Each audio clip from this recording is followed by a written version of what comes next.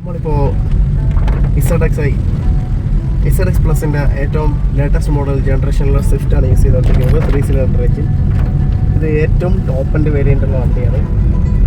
ഇത് automated manual transmission എന്ന് പറഞ്ഞാൽ വളരെ മനോഹരമായിട്ടുള്ള സ്റ്റിയറിംഗ്, പിന്നെ സ്റ്റെബിലിറ്റി, ആ ഒരു സ്റ്റിയറിങ്ങിൻ്റെ ആ ഒരു സ്മൂത്ത്നെസ്, വളരെ എന്താ പറയുന്നത്, വളരെ പഴം പോലിരിക്കുന്നത് അമ്മാതിരി സാധനം. നമുക്ക് ഡ്രൈവർ സീറ്റ് നമുക്ക് 2 സീറ്റ് നല്ല രീതിയിൽ റിക്ലൈൻ ചെയ്യുന്നതോടൊപ്പം നമുക്ക് ഇതിന് ഉയരം നല്ല രീതിയിൽ കൂട്ടാനൊക്കെ പറ്റും.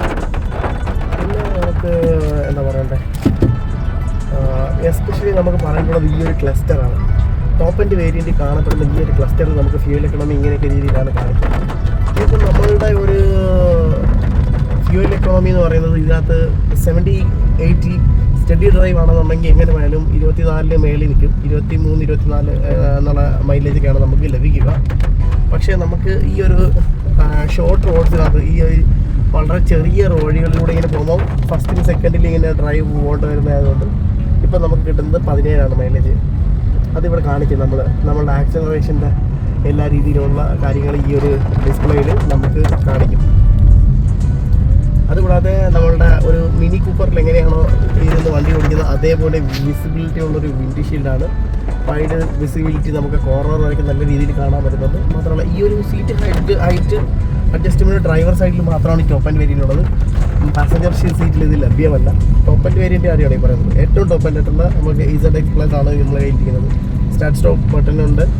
പിന്നെ നമ്മൾക്ക് ഇതൊരു മൈൽഡല്ല, മൈക്രോ ഹൈബ്രിഡ് ആണ്. മൈക്രോ ഹൈബ്രിഡ് എന്ന് പറയുമ്പോൾ സ്റ്റാർട്ട് സ്റ്റോപ്പ് ഉണ്ട്. ഡ്രൈവ് മോഡിൽ കിടക്കുന്ന സമയത്ത് നമുക്ക് പോകുന്ന സമയത്ത് ഈ ഒരു സ്റ്റാർട്ട് സ്റ്റോപ്പ് ബട്ടൺ ആക്ടിവേഷനിൽ ഇരിക്കുന്ന സമയത്ത് ബ്രേക്ക് ചെയ്യുന്ന പക്ഷം അത് നമുക്ക് ഒരു സ്റ്റോപ്പ് കമാൻഡ് കൊടുത്ത് വണ്ടിയെ സ്റ്റോപ്പ് വയ്ക്കും.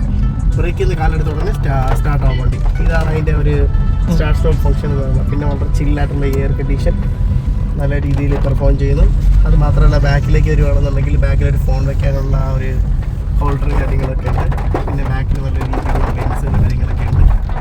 ഈ വെൻസ് നല്ല രീതിയിൽ നമുക്ക് ബാക്കിലിരിക്കുന്ന ആ ഒരു പാസഞ്ചറിന് ഏറ്റവും ബെസ്റ്റ് രീതിയിൽ നമുക്ക് നല്ല രീതിയിൽ ആ കൂളിംഗ് എഫിഷ്യൻറ്റി കിട്ടുന്നുണ്ട്. മാത്രമല്ല ഇത് നമുക്ക് ഈ എയർ കണ്ടീഷൻ നമുക്ക് എന്ത് ചെയ്യാം, ക്ലോസ് ചെയ്യാനും പറ്റും. നല്ല രീതിയിൽ നമുക്ക് ക്ലോസ് ചെയ്യാനും പറ്റും.